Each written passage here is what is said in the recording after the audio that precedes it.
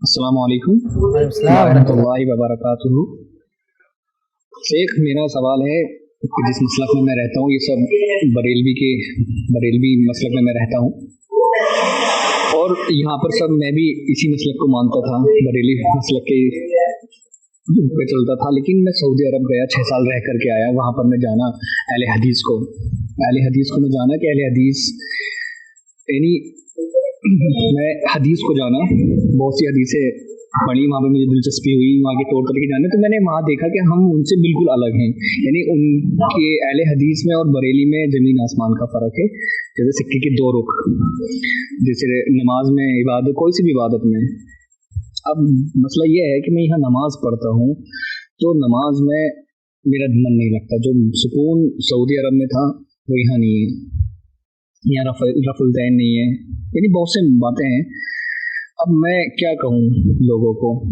अब सबसे पहली बात जो मेरा सवाल यही है कि रफ़ाए दैन यहाँ नहीं लोग करते, और अगर मैं किसी से कहता भी हूँ तो मुझे ऐसा कर देते हैं जैसे कि मैं इन लोगों में से हूँ, बिल्कुल गैर। मैंने बहुत लोगों से बात की, लेकिन कोई समझने के लिए तैयारी नहीं है, कोई सुनने के लिए तैयार नहीं है। अब मैं रफ़ाए दैन करता हूँ तो मुझे टोका टाकी कि तू ऐसा हो गया, वैसा हो गया, ये वो। तो मैं क्या करूँ? मतलब मैं, जाहिर सी बात है, फर्ज नमाज जमात के साथ है, जमात के साथ भी ज़रूर नमाज पढ़नी है। अब मैं उसमें रफ़ाए दैन करता हूँ तो लोग बहुत मुझे टोकते टाकते हैं। अब मैं क्या करूँ? या मैं घर में जमात बना कर सकता हूँ अपनी फर्ज नमाज की अपनी वाइफ के साथ, या बिना रफ़ाए दैन की नमाज पढ़ता रहूँ? और जैसे तराबी, रमज़ान का महीना चल रहा है, तराबी हो रही है, तो तराबी इतनी तेज़ पढ़ाते हैं कि वो समझ में नहीं आ पाता, मतलब बिल्कुल एकदम बुलेट ट्रेन वाली स्पीड। वहाँ पे मेरा बिल्कुल सुकून नहीं है। तो क्या मैं तराबी अपनी अलग अलम तरा वाली घर पे पढ़ सकता हूँ? भाई साहब का सवाल ये है कि ये बरेलवी मसलक को फॉलो करते थे, सऊदी अरब गए, वहाँ अहले हदीस हज़रात से मुलाकात हुई। अल्हम्दुलिल्लाह वहाँ पे अहले हदीस हज़रात जालियात वगैरह में काम करते हैं, वहाँ पे किताब व सुन्नत की तालीम आम की जाती है। तो उनके साथ उठते बैठते हुए और ख़ास तौर से उनके साथ जो नमाज़ पढ़ने का इनको मौका मिला, तो वहाँ नमाज तादील अरकान के साथ, सुकून के साथ, इत्मीनान के साथ पढ़ी जाती है। तो ये सब देखते हुए इनको बहुत अच्छा लगा, और ये इनकी बातों से अंदाज़ा होता है कि अहले हदीस हो चुके हैं। बल्कि बाकायदा इन्होंने जो है कहा भी है, इतराफ़ भी किया है कि मुझे बहुत अच्छा लगता है, और ये भी कहा है कि अब जब वापस आकर अपने लोगों के बीच में नमाज़ पढ़ता हूँ तो मुझे इत्मीनान नहीं होता, क्योंकि जितनी तेज़ रफ़्तार से लोग नमाज़ पढ़ते हैं वो ठीक नहीं लगता, रफ़्ल दैन नहीं करते हैं तो वो ठीक नहीं लगता है। तो भाई साहब का कहना है कि अभी मैं ऐसे हालात में क्या करूँ? और 2 परेशानी इन्होंने बयान की है। एक तो ये कि लोग इनको जो है तंग करते हैं, टोकते हैं कि तुम हम में से नहीं हो, क्या हो गया? ये एक इनके साथ एक दिक्कत है कि ऐसे लोगों को क्या जवाब दें, जो इनको टोक रहे हैं, उनको क्या जवाब दें, ये एक मसला है। दूसरा इनके साथ मसला ये है कि चूँकि इन्हें सुकून नहीं है नमाज़ में, तादील अरकान नहीं करते हैं, बुलेट ट्रेन की तरह से पढ़ते हैं, तो फिर ये क्या करें? 2 मसला है। देखिए, जहाँ तक पहला मसला है कि आपको लोग टोकते हैं, तो आज के ज़माने में तो बहुत आसान है, क्योंकि ऑनलाइन उलमा मौजूद हैं। तो अगर आपके यहाँ मान लीजिए कोई अहले हदीस आलिम नहीं है तो कोई दिक्कत नहीं है। बहुत सारे अहले हदीस उलमा के नंबर आपके पास हो सकते हैं। बल्कि खुद i+ टीवी पर हमारा एक प्रोग्राम आता है हर जुमा को, 9:30 बजे के बाद से लेकर 12 बजे तक हमारा प्रोग्राम होता है, जिसका नाम है इज़हार हक़।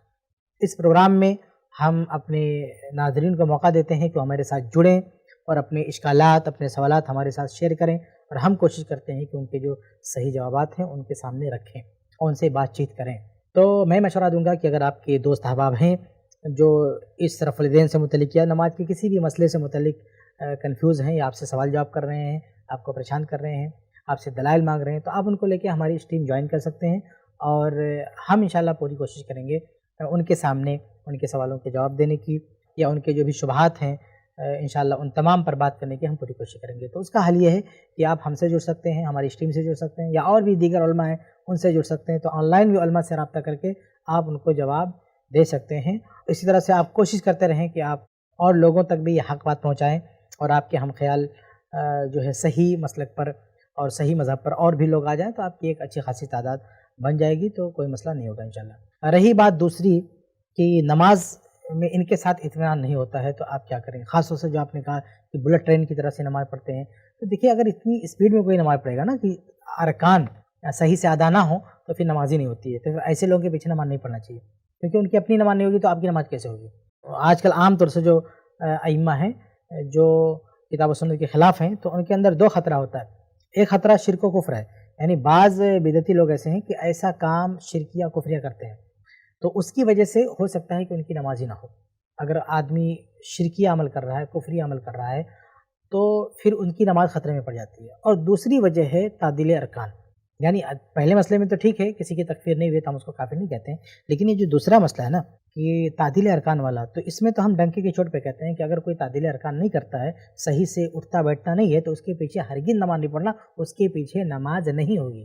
اگر ایک آدمی کنفیوژن کا شکار ہو کے اور جو ہے جہالت کا شکار ہو کے شرک کر رہا ہے تو ہو سکتا ہے کہ اس کو عذر دیا جائے کہ یہ جاہل ہے اور اس کی تکفیر نہ کی جائے. لیکن یہ جو مسئلہ نا تعدیل ارکان کا، جو آپ نے کہا بلٹ ٹرین کی طرح سے وہاں پڑتا ہے، اس میں کوئی عذر نہیں دیا سکتا ہے. اس میں بغیر کسی شک و شبہ کے یہ بات کہی جائے گی کہ ایسے لوگوں کے پیچھے نماز پڑھنا جائز نہیں ہے. اللہ کے نبی صلی اللہ علیہ وسلم کی بڑی ہی مشہور حدیث ہے، حدیث مسیح صلاۃ کے نام سے جس کو جانا جاتا ہے، کہ آپ صلی اللہ علیہ وسلم نے ایک شخص کو نماز سکھاتے ہوئے کہا، جب وہ جلدی نہیں نماز پڑھ رہے تھے تو آپ صلی اللہ علیہ وسلم نے کہا تھا کہ صلی فإنک لم تصلی، پھر سے نماز پڑھو کیونکہ تم نے نماز ہی نہیں پڑھی ہے. تو جو شخص اس طرح سے نماز پڑھتا ہے اس کے پیچھے بالکل بھی نماز نہیں پڑھنا، چاہے آپ کو اکیلے نماز پڑھنا پڑے لیکن اس کے پیچھے نماز نہیں پڑھنا، کیونکہ آپ کی نماز نہیں ہوگی. کنفرم ہے کہ آپ کی نماز نہیں ہوگی اگر وہ آدمی تعدیل ارکان نہیں کرا ہے، کیونکہ آپ کو صحیح سے نماز پڑھنے کا موقع نہیں مل رہا ہے. ایک آدمی بدعتی ہے اور اگر وہ موقع دے رہا ہے پیچھے صحیح طریقے سے پڑھنے کا تو وہاں ایک حد تک سوچا جا سکتا ہے، وہاں امکان ہو سکتا ہے. لیکن ایک شخص جو آپ کو موقع ہی نہیں دے رہا ہے، جس کے یہاں تعدیل ارکان ہی نہیں ہے، تو اس کے پیچھے نماز پڑھنے کی کوئی گنجائش نہیں ہے. چاہے آپ کو اکیلے گھر میں نماز پڑھنا پڑے، اکیلے پڑھیں، لیکن ایسے لوگوں کے پیچھے نماز نہ پڑھیں جو بلٹ ٹرین کی طرح سے اٹھک بیٹھک کرتے ہیں، جن کے یہاں تعدیل ارکان نام کی کوئی چیز نہیں ہے. اور تراویح کے بارے میں جہاں تک آپ نے کہا تو کوئی مسئلہ ہی نہیں ہے، تراویح تو سنت ہے. تو تراویح کے معاملے میں اگر کوئی آدمی تعدیل ارکان کے ساتھ، اطمینان کے ساتھ، سکون کے ساتھ نماز پڑھا رہا ہے تو بھی آپ کے لیے ایک آپشن ہے، جائز ہے کہ آپ گھر پہ نماز پڑھ سکتے ہیں. یعنی اگر ٹھیک طرح سے مسجد میں جماعت ہو رہی ہے، نماز ہو رہی ہے تو بھی آپ گھر پہ پڑھ سکتے ہیں، اس میں مسئلہ نہیں ہے. تو اگر آپ کے یہاں تراویح اتنی رفتار سے ہو رہی ہے تب تو بترجیح اولا آپ گھر میں اکیلے پڑھ سکتے ہیں. یہاں پہ تو کوئی مسئلہ ہی نہیں ہے، تراویح کی نماز پڑھنے کے سلسلے میں کوئی مسئلہ نہیں. آپ اکیلے پڑھ سکتے ہیں، گھر پہ جماعت بنا کے پڑھ سکتے ہیں، جیسا ہو سکے آپ ویسا پڑھ سکتے ہیں. امید ہے کہ آپ کا جواب مل گیا ہوگا.